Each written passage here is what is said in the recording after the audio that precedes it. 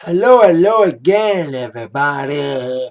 Zack Attack is here with the Atakline for this Monday, June the 2nd, 2014. Wow, it's June already. Hope everyone had a great weekend. The last weekend in the month of May, I did. I had a couple of gigs over the weekend. First things first, Friday, I did a gig for Power Metal, part of my school tour. Last couple gigs of the school year. I was their 8th grade spring dance. I've done their Christmas dance. Never a spring dance, so it's kind of cool to do that. It was a slow starter. You know, the kids took a while to get warmed up. But once I got them wired up, got them warmed up. Line dances did well, but it was Fancy. Fancy by Iggy Azalea was by far the #1 requested song of the night, next to Wiggle by Jason Derulo. And the most receptive. Once Fancy came on, the crowd went into a big warp. So I knew that song was going to go over big, and it did. Better than I expected. So it was still a fun night at Powell. Great, interesting night at Powell. And then the next night, Saturday, I kicked off my summer tour. My Summer Jubilee 3 tour, I like to call everything I do tours. A school tour, and a summer tour at North Channel Yacht Club for the Anchor Bay Yachting Association event. Second year in a row. Last year I did it, but I only had like 2 hours to prepare for it. This time I had a whole year to prepare for it. It's a cool thing because it's like on an island. I had to ride a boat there. On the water. It's kind of a cool little place. Using a boating analogy. I had some hit some rough waters, but got the ship back on track to a safe landing. It was a great way to start the summer tour. A lot of 50, 60, 80-year-old people just getting drunk, having a good time. They're yacht people. Yacht people like to get drunk and have fun. Most of the time. And it was one of those times. And this band right here, Journey Don't Stop Believing, that got receptive well. And anything old, like 50s, 60s, 70s, disco went over well. New stuff, well, didn't go over as well as I thought it was going to be. I think it's because I played the long video of Blurred Lines. Played the nudity version, not the clean version. I thought they wouldn't mind because they're all adults, but hey, some people took offended to it, so I do apologize for that. So there you go. Fun nights. I got a lot of gigs this week, though. Wednesday, actually, Thursday, Hevel, 5th grade lock-in. Friday, a grad party, first grad party of the year. And I think Saturday I got some sort of pool party. That'd be fun. So I got a busy weekend this weekend. Oh, yeah. Now, let's get down to the latest news for today. Kicking off with your #1 movie for this weekend. Ending the short reign of X-Men. Another big character movie. Of course, we're forward to, you pronounce this right, I think I will. Maleficent. With, of course, Angelina Jolie.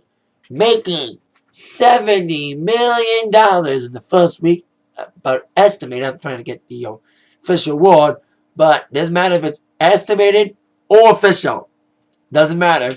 1,000,000 Ways to Die in the West basically died to this weekend. Was a bombity bomb. Actually made 69 million. Maleficent did. 1,000,000 Ways in the West got destroyed. $69 million. So there you go. No one's answering the phone, so I'm just gonna let this shit go. Get some sort of telemarketer. You can get him off. Alright, there you go. So like I said, congrats to Maleficent, your new #1 movie in America, and *1,000,000 Ways to Die in the West just died. May kill momentum for Take 2. Now, the latest other entertainment news for today. Big celebrity news. Chris Brown is finally free from prison. Not prison. Prison. Yes, he's been in there for months. 4 months after violating probation and leaving rehab. Or getting kicked out of rehab. He's been stuck there for months. But now he's ready to get back to the groove. He was supposed to release his new album X a few weeks ago. But the jail sentence kind of delayed the release. And basically killed any momentum Chris had involving the X album, especially with hits like Love More and his most recent single, Loyal. But his fans have stayed loyal, and we'll see if they stay loyal when Chris Brown does release his next album, if he doesn't go to jail again. He's like the T.I. of R&B. Keeps getting arrested and keeps going to jail. At least T.I. is finally clean and sober and hasn't been to jail since the second time around. Chris Brown hasn't learned his lesson, apparently. He is as bad as Bieber. Anyway, so there you go. Let's hope Chris stays on the beaten path this time around. Stays on the beaten path and doesn't stray from it. As he's out of prison. I keep pronouncing prison. prison.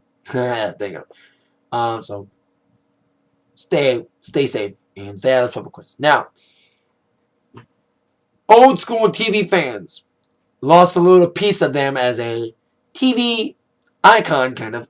Maybe, well, kind of. Of course, Ann B. Davis, known to the world as Alice from the Brady Bunch, died at the age of 88 yesterday. Same age as my grandmother when she passed away, sadly. Apparently, Alice slash Ann was in a bathtub. Apparently, she collapsed, passed out, banged her head against the bathtub, and passed out in the bathtub. Almost like Whitney Houston. I didn't want to make that joke. Sorry. Oh, sorry. Kill me. Shoot me. That joke had to come up. Because, hello, when you die in a when someone else dies in a bathtub, they have to make a Whitney Houston joke somewhere because she died in a bathtub too. Anyway, I, like many others, grew up watching the Brady Bunch through syndication. Like Nick at Night. Basically, Nick at Night was like the home of the Brady Bunch when I was younger. And of course, the Brady Bunch movies revitalized the franchise. And it's kind of a sad day. Of course, Barry Williams, one of the members of the Brady Bunch, of course, sent his condolences. And today I'll send my condolences to the friends and family of Ann B. Davis at this very sad time. And to all the old school nostalgia TV fans out there. Like I said, they lost a piece of them. Because especially for those who grew up on the Brady Bunch and knew Alice as the fun-loving maid who fell in love with Sam the Butcher. So there you go. R.I.P. to you, Ann B. Davis. Now, on with news on a guy who, well, I should call him a 1.5 hit wonder, trying to recapture his magic. Of course, referring to Psy. Now, Psy's celebrating the past while getting ready for the future. As recently, his only hit, Gangnam Style, hit 2 billion views on YouTube over the weekend. A big achievement. Of course, Gentleman is attempt at a second hit, didn't do well as anyone expected. Like Gentleman, I played Gentleman a few times. You know, I'm still getting requests for Gangnam Style still. Even last week in the Power, I got a request for Gangnam. Didn't get to play it.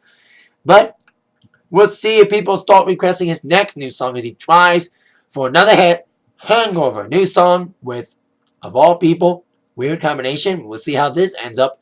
Snoop Dogg. Hey, Psy had MC Hammer come out during the AMAs once. We'll see how he does with this new song with Snoop Dogg. The song called Hangover, which will be premiering next Monday, next Sunday, June the 8th, doing a primetime special airing of Jimmy Kimmel Live following the first game of the NBA Finals. It will be airing at 8 o'clock on June 8th, and both Psy and Snoop Dogg will appear on Jimmy Kimmel to premiere the music video. Right after the show ends, the full video will be posted on Psy's YouTube channel and Jimmy Kimmel's website, and it'll be on iTunes the next day, June 9th. I'm looking forward to hearing Psy's new song as they celebrate the past with 2 billion hits on the Gangnam Style video while celebrating the future with the new song Hangover. Coming out next week. Looking forward to hearing it.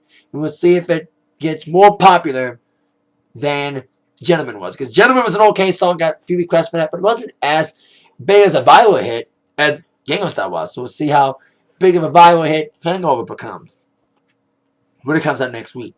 That is it for the Atakline for today. See you all later. With that in mind, y'all been attacked by the news from Zach. Thank you again for watching. See ya. Yeah.